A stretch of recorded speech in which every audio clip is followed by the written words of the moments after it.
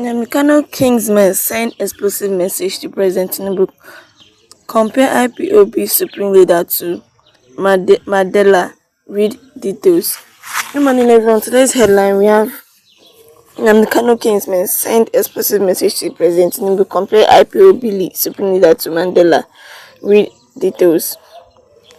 Reports have it that the youth of Ibeku Ancient Kingdom in Umuahia, Abia State have stirred a profound discussion by likening their kinsman Nnamdi Kanu to the reverend figure Nelson Mandela, drawing a parallel in the advocacy for truth, equity and justice. In a heartfelt letter addressed to President Bola Ahmed Tinubu, this expressed deep regret over what they perceived as the previous administrator misunderstanding and subsequent harsh treatment of Kanu's calls for fairness and equality.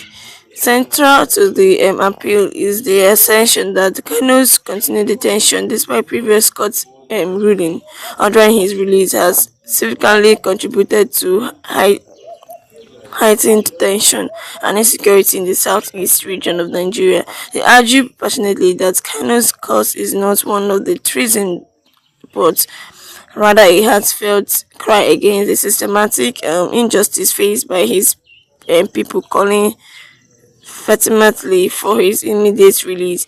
The communique issued after an emergency meeting at their national secretariat in Iseke, Ibeku, underscores their conviction that Kanu's treatment runs Kanu's determinants turns contrary to principle of justice and fairness.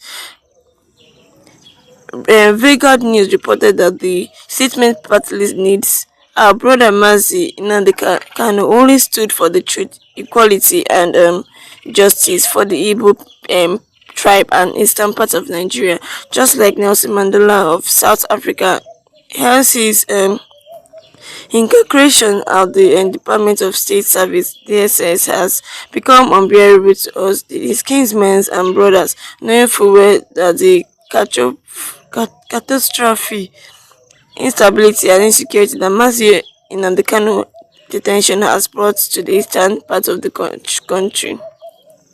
Signed by the national president Martins Chidiozeno, so the secretary Chibuzo Wonke Muche.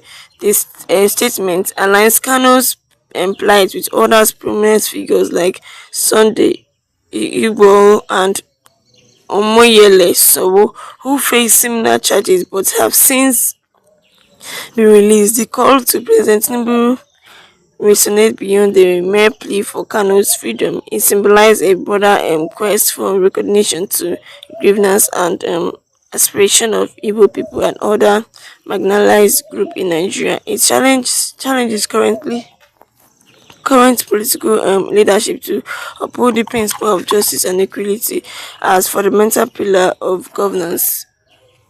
This is just as they echo the sentiment of the broader Nigerian populace who have voiced growing support for Kanu's release, drawing parallels with Nelson Mandela. The youth of Ibeku highlight a legacy of resilience against oppression and injustice, emphasizing Kanu's role as a symbol of resistance and advocacy for a better society. The appeal carries a profound message not only for the current administration but all Nigerians committed to fostering a nation where justice and equality prevail for every citizen, regardless of the ethnics or needs. Concerning politicians against politicizing Kanu's alright, the youth of Ibeku express gratitude to those sincerely advocating for his release.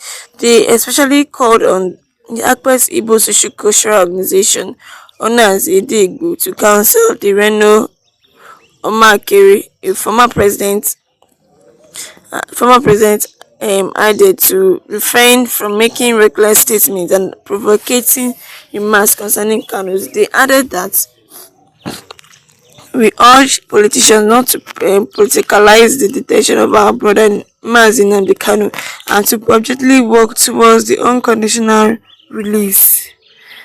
We employed Honors Indibu to advise Remo Omokiri is always sign on aut- aut- his utterance on this issue concerning the release of our brother Nnamdi Kanu.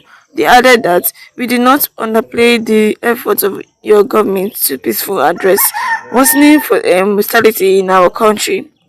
And we believe that one of the best ways to bring to an end of this issue of the instability, insecurity, and economic hardship in eastern Nigeria, and to bring to an end of Igbo and marginalization in Nigeria is to release our brother Mazi Nnamdi Kanu.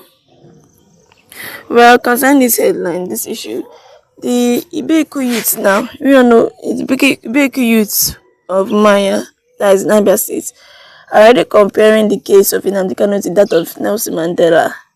But how is it compared? Because I don't see how it's compared, how both of them need to be compared. Because Nelson Mandela, he fought for the right of South Africa, because South Africa was under the colonization of some other country, so he fought for the right to become independent where it is now.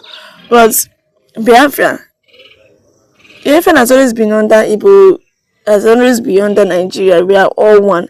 So you saying that Nnamdi Kanu is just like Nelson Mandela. Nelson Mandela fights for all his country, not Nnamdi Kanu is just fighting for a part which has already been under Nigeria for ever since Nigeria has been as a Igbo people has always been under Nigeria, and it's always, and we are seen as one. I don't see any reason there should be a comparison. They should compare each other, compare both situations because it doesn't match.